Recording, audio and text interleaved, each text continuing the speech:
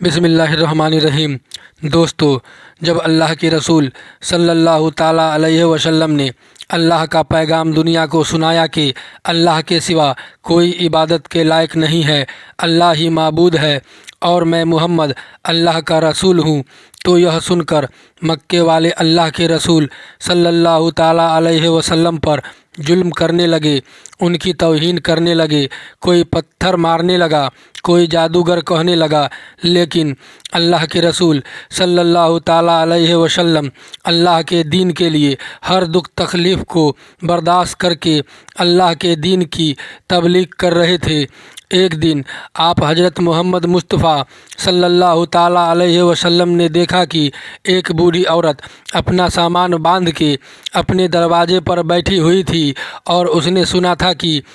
مکے میں کوئی جادوگر آیا ہے، وہ جس سے ملتا ہے اس کا دین چھین لیتا ہے، کہیں ایسا نہ ہو کہ اس سے ملاقات ہو جائے اور وہ میرا دین مجھ سے چھین لے، مجھے یہ شہر چھوڑ دینا چاہیے۔ وہ بوڑھی عورت سامان باندھ کے بیٹھی ہوئی تھی کہ آپ صلی اللہ تعالیٰ علیہ وسلم اس بوڑھی عورت کے قریب سے گزر رہے تھے۔ اس نے دیکھا تو کہا، بھتیجے یہ سامان میرے سر پر رکھ دو۔ حضور صلی اللہ تعالیٰ علیہ وسلم نے سامان اٹھایا تو دیکھا وہ گٹھری بھاری تھی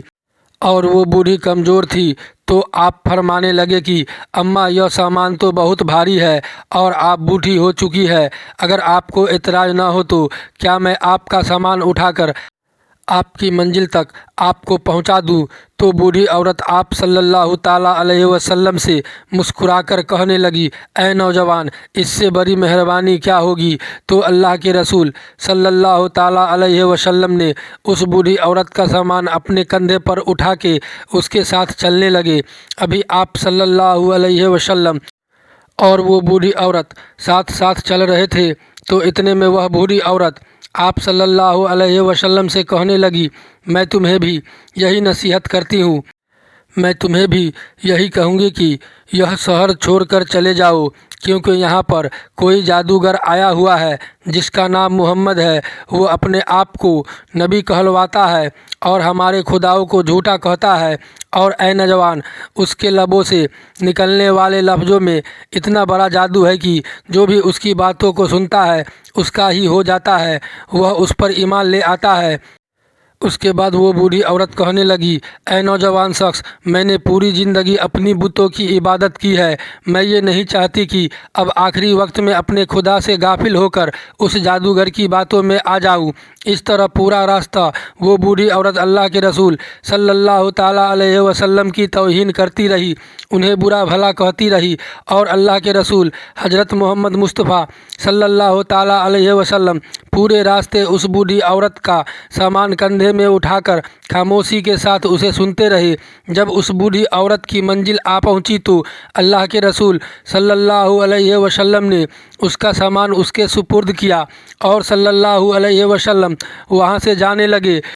تو وہ بوڑھی عورت پوچھنے لگی، اے نوجوان، کون ہو تم؟ تم نے اپنا نام تو بتایا ہی نہیں۔ تو حضور پاک صلی اللہ تعالیٰ علیہ وسلم نے فرمایا کہ اماں، نام میں کیا رکھا ہے، آپ کا کام ہو گیا، بس یہی شکر ہے۔ پھر سے وہ بوڑھی عورت کہنے لگی، نہیں نہیں، تم مجھے اپنا نام بتاؤ، میں اپنے گھر والوں کو بتاؤں گی کہ ایک نوجوان شخص مجھے ایسا بھی ملا تھا جس نے میری مدد کی۔ تو اللہ کے رسول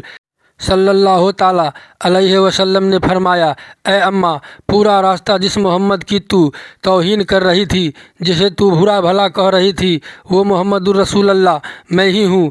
اس بوڑھی عورت نے جیسے ہی آپ کے چہرے کا نور اور آپ کے اخلاق کو دیکھا تو آپ صلی اللہ تعالیٰ علیہ وسلم کے قدموں پر گر گئی اور کہنے لگی، میں نے پوری زندگی میں آپ جیسا شریف اور نیک انسان نہیں دیکھا۔ آپ کے چہرے کا نور بتاتا ہے، آپ کا اخلاق یہ گواہی دیتا ہے کہ آپ کبھی جھوٹ نہیں کہیں گے۔ اگر آپ یہ فرما رہے ہیں کہ آپ اللہ کے رسول ہیں تو یقیناً یہ سچ ہوگا، آپ مجھے معاف کر دیجیے گا۔ اور اسی وقت وہ بوڑھی عورت آپ صلی اللہ علیہ وسلم کی نبوت کی گواہی دے کر کلمہ پڑھ کر مسلمان ہو گئی، اور وہ عورت واپس آ کر مکے میں رہنے لگی۔